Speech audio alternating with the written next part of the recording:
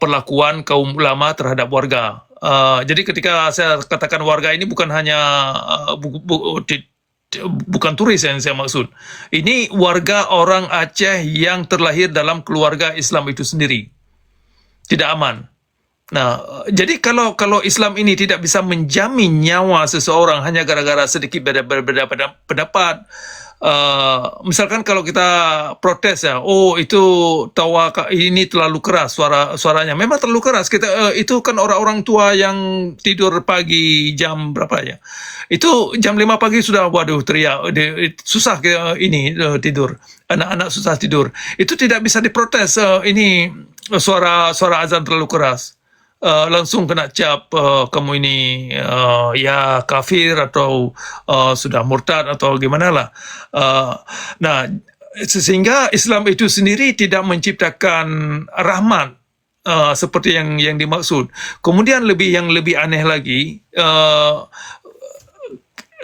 tidak ada ini ya ruang kemerdekaan berpikir. Karena kalau kita kritis mengkaji persoalan-persoalan hal-hal yang miring dalam baik itu terjemahan Al-Quran atau hadis dan ini pendapat-pendapat mazhab, ya kan? Itu tidak ada ruang kalau kita mencoba membuat satu pemikiran yang baru ya tentang pemikiran yang sudah ada di dalam hadis. Itu akan kena ini ya kena satu slogan fitnah. Fitnah itu ya bisa dijadikan sebagai justifikasi tadi itu untuk menghilangkan nyawa seseorang. Nah, jadi singkatnya begini, saya lihat sudah kewajiban kita semua manusia, apapun agama yang kita anut, saya kira harus bisa mengkritik kalau sebuah agama, dalam hal ini agama Islam, melakukan satu transgresi terhadap fitrah manusia yang lain atas nama Tuhan.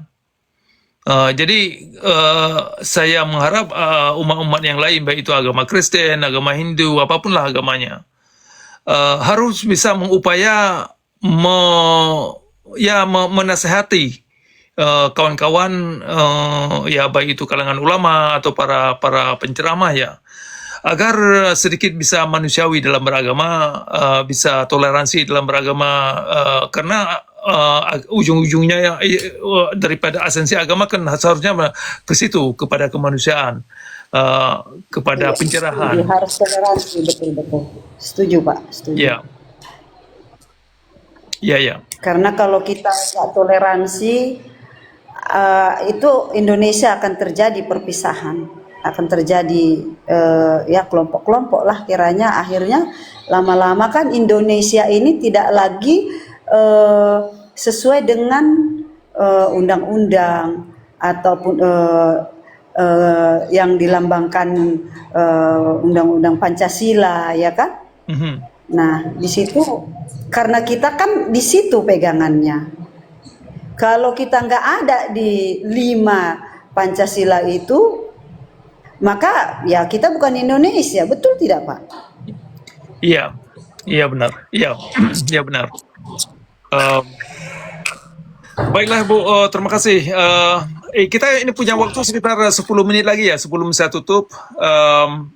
Kita punya tamu satu lagi, atau ada yang ingin Ibu tambahkan sebelum saya sambut tamu lagi, sebelum saya tutup? Kita punya waktu sekitar ya 8 menit atau 10 menit lagi. Ada yang ingin ditambahkan Bu sebelum saya angkat tamu yang baru? Silakan. Boleh.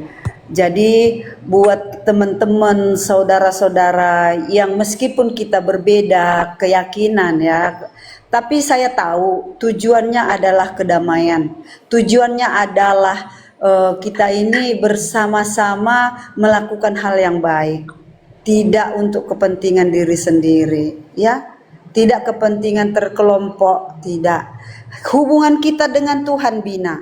Hubungan kita dengan Tuhan bangun. Tunjukkan bagi dunia, begitu saja. Ya, itu saja yang bisa saya sampaikan Pak. Terima kasih. Oke,